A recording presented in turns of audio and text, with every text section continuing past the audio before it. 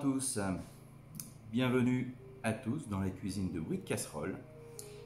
Et alors aujourd'hui, sur la sollicitation d'un certain nombre d'entre vous, nous allons réaliser une spécialité bretonne, un peu riche, effectivement, mais c'est d'une extrême gourmandise. Nous allons réaliser le kouign-amann.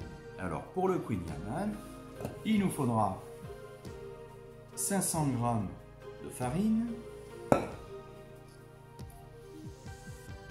10 g de sel, 20 g de levure fraîche de boulangerie. Dans un premier temps, je vais mettre 300 g d'eau, mais par contre, je vais garder un petit peu d'eau pour éventuellement incorporer dans la farine si des fois la farine demande un petit peu plus d'hydratation. Donc ça, c'est quelque chose à prévoir, c'est quelque chose qu'il faut bien intégrer. Ensuite, ça c'est pour la partie pétrissage de la pâte. En fait, c'est comme une pâte à pain. Et la deuxième partie, ça sera le tourrage. Et là, vous allez voir, on va incorporer 400 g de beurre. Donc moi, je ne prends pas un beurre demi-sel, hein. Je vais mettre quelques grains de sel dans le tourrage, mais je ne prends pas de beurre demi-sel. Et il nous faudra 400 g de sucre aussi pour réaliser la recette. 400 g de beurre, 400 g de sucre pour 500 g de farine. Effectivement, c'est une pâtisserie ultra légère. Donc pour pétrir la pâte, j'ai mis la farine, le sel, la levure. Et je vais mettre l'eau, mais attention, voilà, là j'ai mis dans un premier temps 300 g d'eau. Pour le pétrissage, 2-3 minutes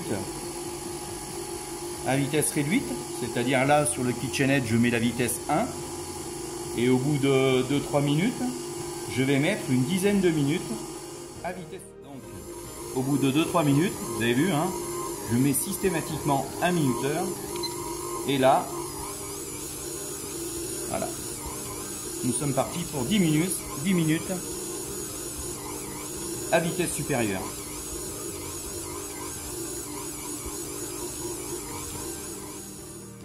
Voilà, donc la pâte, au bout de 10 minutes, elle est pétrie. Ce que je fais, c'est que, voilà, je la mets en boule. Et là, on va la laisser lever pendant 1h30, 2 heures.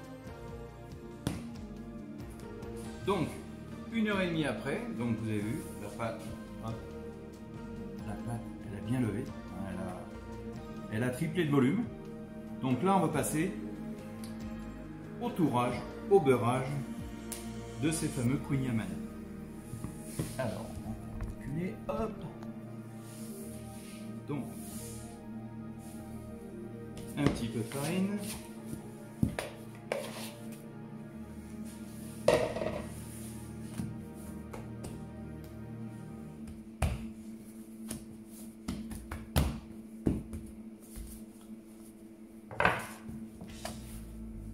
Alors on va allonger.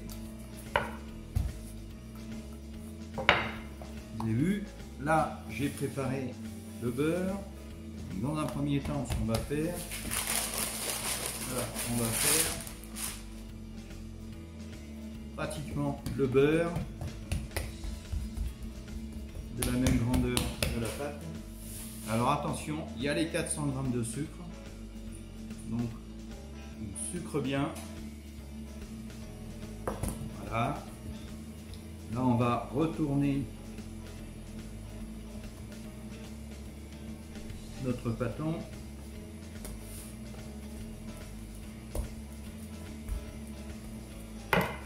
Et on va lui donner des tours avec le sucre. Hein.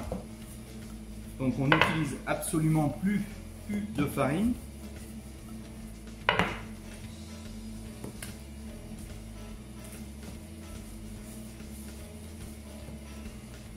Voilà. Sur le plan de travail, on met du sucre aussi.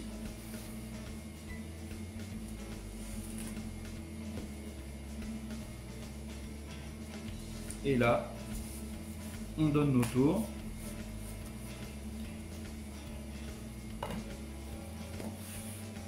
On va chercher bien tout le sucre qui pourrait être sur le plan de travail.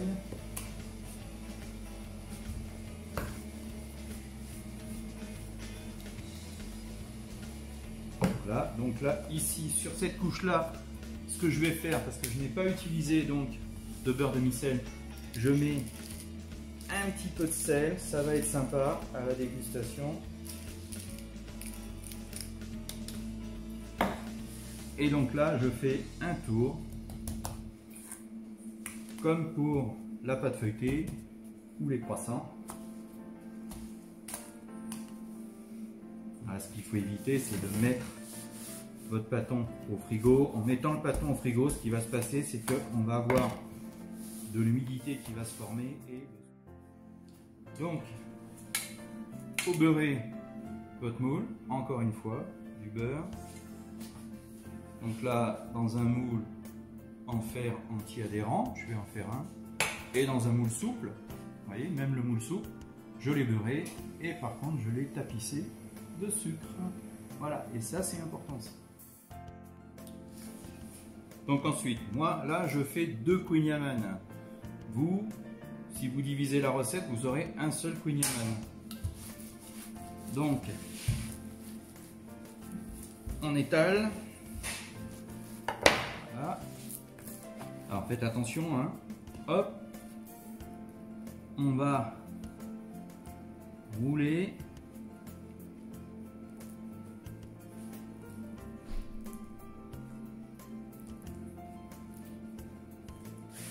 Voilà.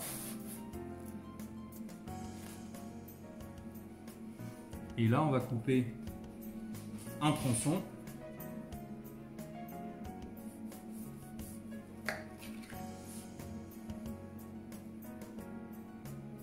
Donc en fait, je vais faire 8 tronçons, 9 tronçons. Allez.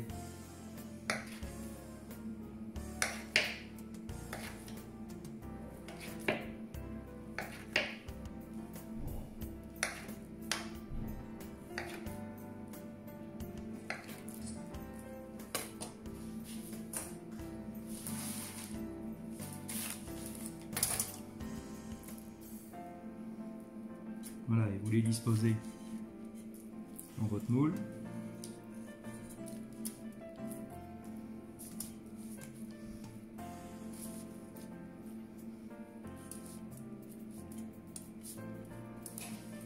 Là. Hop. Et il va falloir que ça lève avant de les mettre au four. Voilà. Donc là, le Queen Yaman, il est cuit.